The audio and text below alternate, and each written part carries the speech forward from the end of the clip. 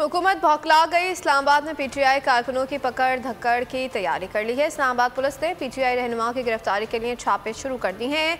Police की भारी नफरी ने मकामी राजा कौम नवाज को और यहाँ पर आपको बता रहे हैं कि पुलिस ने G7 और F8 दफ्तर में छापा मारा है। खुर्रम नवाज और आमिर शेख दफ्तर और घर और दफ्तर में ना होने की वजह से गिरफ्तार ना हो सके हैं। पुलिस ने 23 रहनुमाओं की लिस्ट बना रखी है।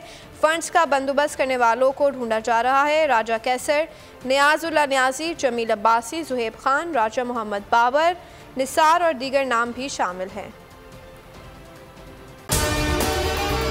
अगर आपको हमारी ये वीडियो पसंद आई है तो लाइक पर क्लिक कीजिए।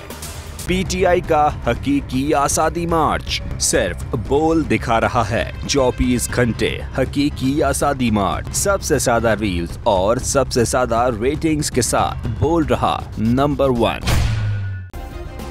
सब्सक्राइब करें और बेल दबाएं ताकि कोई खबर रह न जाए। सब्सक्राइब करें और बेल दबाएं ताकि कोई खबर रह न जाए।